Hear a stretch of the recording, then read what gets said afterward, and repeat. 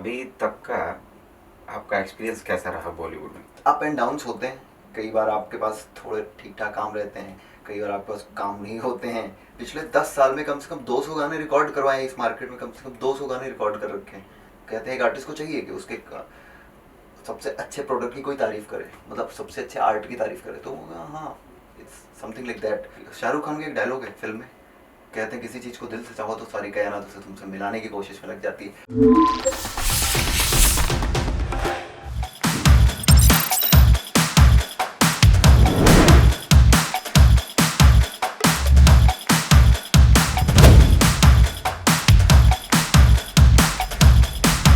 Hello hi guys, welcome back with my new episode with my new friend.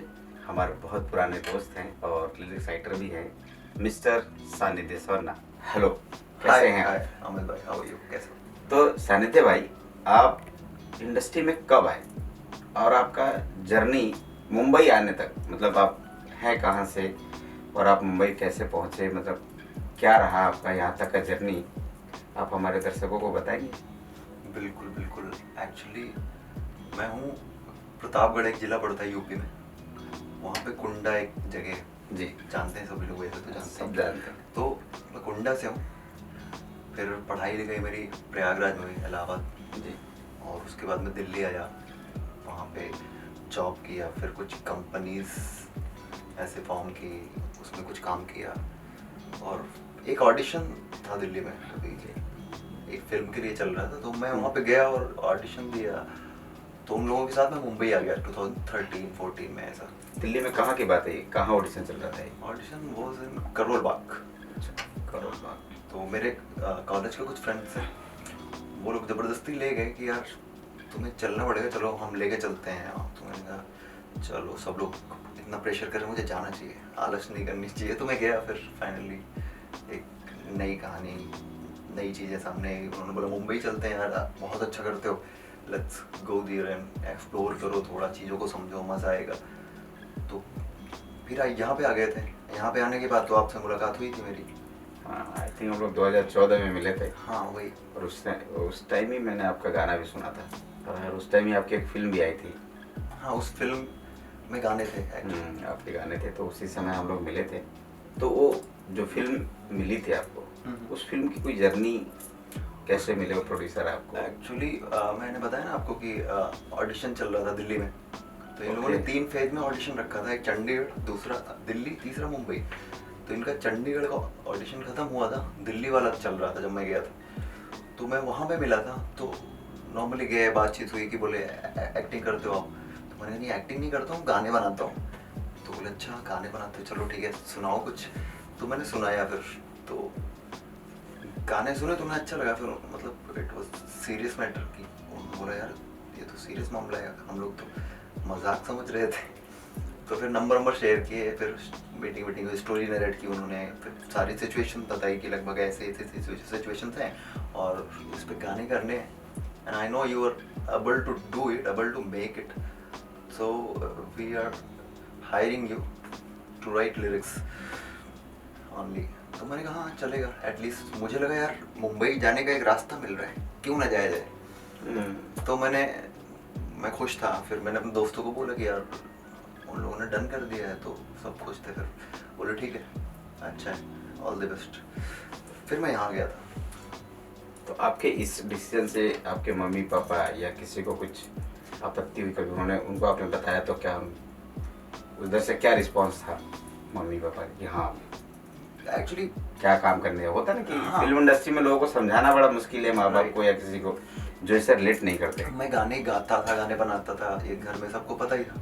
हालांकि शुरू में लोग थोड़ा स्ट्रिक्ट होते हैं पेरेंट्स की, यार नहीं, थोड़ा अपनी पढ़ाई लिखाई करो, जॉब करो, काम करो, और फिर बाद में जो मन करेगा कर लेना। तो मुझे लगता था यार ठीक है, बट अभी इस टाइम पे वो समय आ गया था, तो मैंने इस पर सीधे बताया, पूछा नहीं।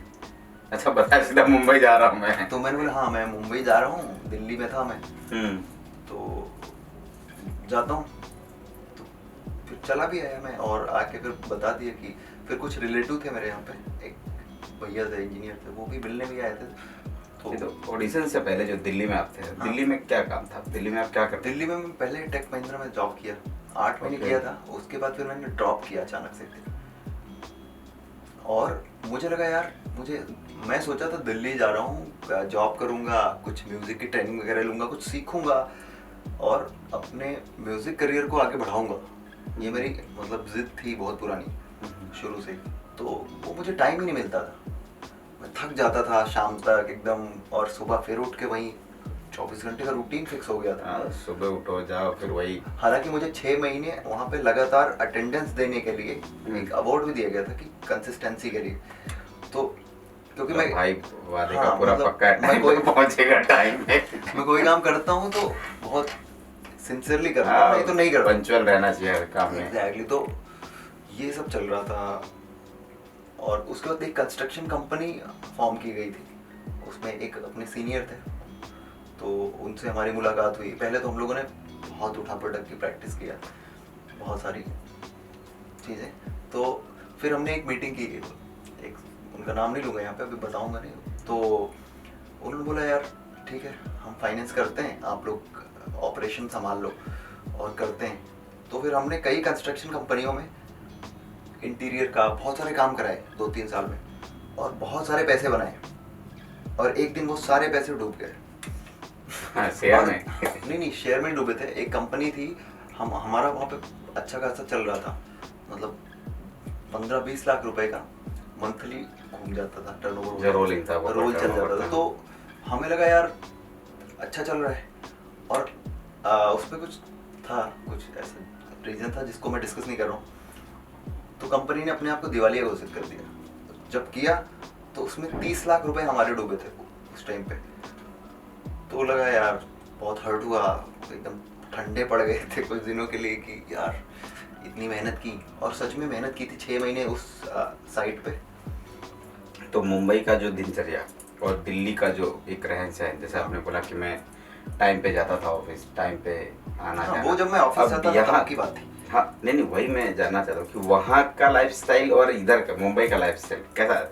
यहाँ पे तो आपको सबको पता है कि मुंबई में लोग रात में सोते नहीं हैं। तो कभी मैं आज भी किसी को कॉल करनी होती है सुबह उठ के 10 बजे 11 बजे कर दूंगा तो लगभग लोग उठाते नहीं। तो एक रूटीन मेरा हो गया है कि मुझे 12 के बाद ही कॉल करनी है, दोपहर 12-1 बजे के बाद। नॉर्मली काम के लिए किसी से डिस्कस करना हो तो 12-1 बजे के बाद कॉल करते हैं, और फिर लोग कनेक्ट होते हैं, बात होती है, फिर आगे चीज़ों को प्रोसीड किया जाता है। अभी तक का आपका एक्सपीरियंस कैसा रहा बॉलीवुड में? एक्सपीरियंस अच्छा रहा है। अप एंड डाउन्स होते हैं, कई बार आपके पास थोड़े ठीक ठाक काम रहते हैं, कई बार आपके पास काम नहीं होते हैं, क्योंकि अभी हम जिस स्टेज में हैं बहुत हिट बंदे तो हैं नहीं, मतलब अपने कोई गाना अभी तक कुछ हिट नहीं किया है। तो नॉर्मली कर रहे हैं, गाने करते हैं, कुछ पैसे से कमाते रहते हैं, वो सब चलता रहता है। But we are not like stars. Bollywood में आने से पहले आपने भी सुना होगा, शायद मैंने भी सुना है बहुत, कि मुंबई जाओगे तो स्ट्रगल बहुत है। आप उस चीज़ को आप एज ए लिरिक्स राइटर किस वे में देखते हैं कि स्ट्रगल है कि नहीं है, और स्ट्रगल है तो किस वे के लिए है? आपको उस स्ट्रगल पीरियड को आप क्या कहना चाहते हैं और किस वे में देखना चाहते हैं? स्ट्रगल मुझे लगता है ना, एक प्रोसेस है पूरा, ठीक है। लाइफ एक प्रोसेस है, आपका कोई भी टारगेट एक प्रोसेस है। तो इसके लिए आप इस चीज़ को स्ट्रगल नहीं बोल सकते। मेरी लाइफ में तो कभी ऐसा हुआ नहीं है, हमेशा सब कुछ सही रहा है, मतलब छत है मेरे सिर के ऊपर, और कभी बहुत ज़्यादा प्रॉब्लम आई नहीं। तो मैं इस चीज़ को स्ट्रगल बोलता नहीं, मुझे अच्छा नहीं लगता है। अगर मैं बोलूँगा तो मुझे लगता है भगवान की डिसरिस्पेक्ट होगी कि यार उन्होंने सब कुछ दे रखा है, ठीक है। कई प्रॉब्लम्स होती हैं लाइफ में, बट आप पॉजिटिव रहो, पॉजिटिव। मतलब प्रोसेस मान सकते हैं आप। हाँ, जैसे अभी हम कोई इट्स अ प्रोसेस। अभी कोई काम करने जाता है आदमी तो एक फटाक से कोई काम तो होता नहीं। अभी आप स्टडी भी करने जाओगे तो बचपन से लेकर पढ़ना पड़ता है, फिर जाके जॉब के लिए अप्लाई करो। ऐसा भी नहीं कि आपने कुछ किया नहीं और सीधा जॉब पे चले गए। बिल्कुल। वैसे ये भी एक आप स्ट्रगल नहीं बोल और सकते। मैं खुद इसको। फील करता हूँ जैसे घड़ा नहीं भरता है बूंद बूंद से, उसी तरीके से मैं भी धीरे धीरे भरता जा रहा हूँ। मतलब मेरी नॉलेज में काफी अच्छा है, मतलब ग्रोथ है, improvement है। 2014 से लेके 24 तक आपने बहुत सारे नॉलेज अभी तक आपको मिला। हाँ। मतलब उसको आप स्ट्रगल नहीं मानते, एक प्रोसेस हाँ, मानते हो उस चीज अभी को। मैंने हाँ। पिछले 10 साल में कम से कम 200 गाने रिकॉर्ड करवाए हैं। इस मार्केट में कम से कम 200 गाने रिकॉर्ड कर रखे हैं। जिसमें से 20-25 तो बाहर है, रिलीज हो चुके हैं, 20-25 अभी आने भी वाले हैं। जैसे लिरिक्स राइटर को या सिंगर को देख के इंस्पायर हुए कि मैं लिरिक्स राइटर बनूं, ऐसा हाँ, कुछ ये है? बहुत अच्छा कि सवाल होता है ना पूछा कि आपने। आदमी इंस्पायर होता है ना किसी को देख के, एक रोल मॉडल की, हाँ ये मैं इनके जैसा लिखना चाहता हूँ, इनके जैसा गाना चाहता हूँ, ये ऐसा मेरा गाना है। ये मुझसे बॉलीवुड में बहुत लोग पूछते हैं कि आप किसको बहुत ज़्यादा मानते हो, आइडियल कौन है? तो मैं कहता हूँ एक की रिस्पेक्ट करूंगा ना तो दूसरे की डिसरिस्पेक्ट हो जाएगी। और मैं इंस्पायर होता हूँ गानों से। कोई गाना किशोर दा का है, कोई गाना रफ़ी साहब का है, कोई गाना आज के टाइम पे अरिजीत सिंह का है, कोई गाना सोनू निगम जी का है, कोई गाना आशा ताई का है, कोई गाना लता जी का है। तो मतलब अलग अलग आर्टिस्ट हैं, लेकिन गाना अच्छा है। मतलब वो आर्ट का मैं प्रेमी हूँ, समझ रहे हैं? कोई आर्ट मुझे अच्छा लगता है तो उसमें फिर मैं चेक करता हूँ कि आर्टिस्ट कौन है, और अच्छा ये हैं, ठीक है। तो इसमें बहुत सारे नाम हैं और वो लोग लेजेंड है। अभी मैं उनमें से किसी एक को चूज नहीं करूँगा, ना ही करता हूँ। मेरा मतलब एज ए सिंगर नहीं, मेरा हाँ। मतलब है कि आप जैसे लिरिक्स राइटर हैं, तो लिरिक्स में आपका रोल मॉडल कौन है, मैं ये जानना चाहता हूँ। नहीं, मैं लिरिक्स में भी आपको ये बता रहा हूँ कि लिरिक्स में भी सेम है। मैं गाने सुनता हूँ, अच्छे गाने सुनता हूँ। अब उन गानों को सुन के समझने की कोशिश करता हूँ कि हाउ इट इज़ गोइंग, कैसा, मतलब क्या फील है, क्या इमेजिनेशन है इनकी। तो उस हिसाब से जीता हूँ। ज़्यादातर लोग तो ऐसे ही हैं कि जिनको पता नहीं कौन लिरिक्स राइटर है, कौन नहीं, सिंगर है, और गाने सुनते रहते हैं, उनको गाने का बोल याद है, सब कुछ याद है, पर नहीं, सिंगर। मैं आपको बता देता हूँ। प्रसून जोशी जी थे, मैं उनको बहुत मानता था पहले। अभी मतलब जब से मैं बड़ा हो रहा हूँ, अभी अमिताभ भट्टाचार्य जी बहुत अच्छा लिखते हैं, आप जानते हो। मनोज मुंतशिर हैं, बहुत अच्छा लिखते हैं। और इरशाद कामिल जी हैं, रॉकस्टार के सारे गाने हैं, वो बहुत अच्छा लिखते हैं। बहुत सारे लोग हैं, अब मैं नाम लेने जाऊँगा नाम ख़त्म नहीं होंगे एक्चुअली। तो इसलिए सब अपना अपना काम कर रहे हैं। और कुछ लोग हैं जिनके केवल 1-2 गाने बहुत अच्छे हैं, लेकिन वो भी इतने भयंकर गाने हैं तो मज़ा आता है। तो आई रिस्पेक्ट एवरीबडी। जिनका एक भी हिट गाना है और अच्छा गाना है, मैं उनके रिस्पेक्ट ही करता हूँ। कि कभी मिलता हूँ, कई लोगों से मैं मिलता भी हूँ ऐसा, तो मैं उनको बोलता हूँ कि पाजी आपका ये जो गाना है ना, मैं इसको रात भर सुना हूँ। तो वो खुश भी होते हैं, कहते हैं यार मुझे अच्छा लगा कि आपने मेरे मतलब काम की तारीफ की। मतलब कहते हैं एक आर्टिस्ट को चाहिए कि उसके सबसे अच्छे प्रोडक्ट की कोई तारीफ करे, मतलब सबसे अच्छे आर्ट की तारीफ करे। तो हाँ, इट्स समथिंग लाइक दैट। जैसे अभी हमारी बात हुई, मैंने 2-3 चीज़ों पे देखा कि आपने पहले टेक महिंद्रा में काम किया, फिर कंस्ट्रक्शन में आए, और अभी आप लिरिक्स राइटर हैं। तो आपका मेन एक होता है ना कि मैं, अगर आप लिरिक्स राइटर नहीं बनते, ओके। तो इससे पहले आपका क्या था कि मोटो कि मैं क्या बनूंगा, मेरा मतलब आपका बिजनेस करने का है, एक होता है ना कि मैं नहीं बनते, चलो लिरिक्स राइटर आप बन गए, आपका इंटरेस्ट था, सब था, अगर ये नहीं बनते तो आपको किस में इंटरेस्ट है? नहीं, मैंने लाइफ में कभी सोचा नहीं कुछ भी कि मतलब बाकी सारे काम मैं ऑप्शनल सोचता हूँ कि अगर कुछ होगा भी ना, मतलब मेन यही है। और ये मैंने अपने दिमाग को समझा रखा था। मेरा कहना मतलब अभी का बात नहीं है, अभी तो आप बन गए। होता है ना कि एक आदमी पहले से भी सोचता है। मुझे दिखता था कि कल मैं यही बनूंगा, और मुझे पूरा भरोसा था, क्योंकि बचपन से मुझे एक फीलिंग है। आज भी मैं राइटिंग भी फील पे करता हूँ, महसूस करता हूँ, कुछ भी इमेजिन करता हूँ एंड राइट करता हूँ। पहले में मुझे जो सोचता था वो हो जाता था, मतलब 2-4 साल में वो घटित हो जाता था। तो इट्स लाइक आपको एक क्या बोलते हैं, फील हो जाता है, इंटेंशन होती है आपकी। तो मुझे भरोसा था कि मैं एक दिन ये करूँगा। और क्योंकि उस चीज़, शाहरुख खान का एक डायलॉग है फिल्म में, कहते हैं किसी चीज़ को दिल से चाहो तो सारी कायनात उसे तुमसे मिलाने की कोशिश में लग जाती है। और ये बात सच है, क्योंकि आप सोच ही वही रहे हो, आप इमेजिन ही करते हैं तो कि मैं आप यूनिवर्स में अपनी एनर्जी ड्रॉप कर रहे हो, और वही एनर्जी लौट के आएगी। फिर Newton third law, every action has an equal and opposite reaction. तो कुछ भी आप सोचते हो वो होता है। तो अभी जो भी नए ऑडियंस जो अपने देख रहे हैं, अगर वो इंडस्ट्री में आना चाहते हो और लिरिक्स राइटर बनना है, तो उनके लिए कोई टिप्स है आपके पास? जैसे आपको भी पता है, मैं केवल लिरिक्स राइटर नहीं हूँ।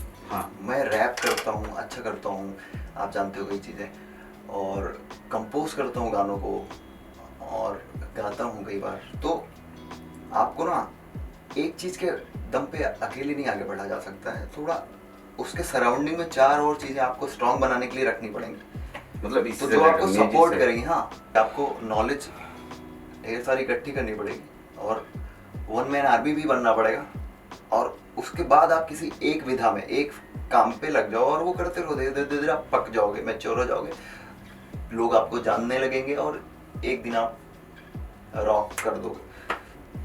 चलिए, ये मेरा लास्ट क्वेश्चन है कि एक ऑडियंस के लिए एक छोटा सा कुछ एक लाइन हो जाए जो आपके गाने हैं या कुछ रैप हो।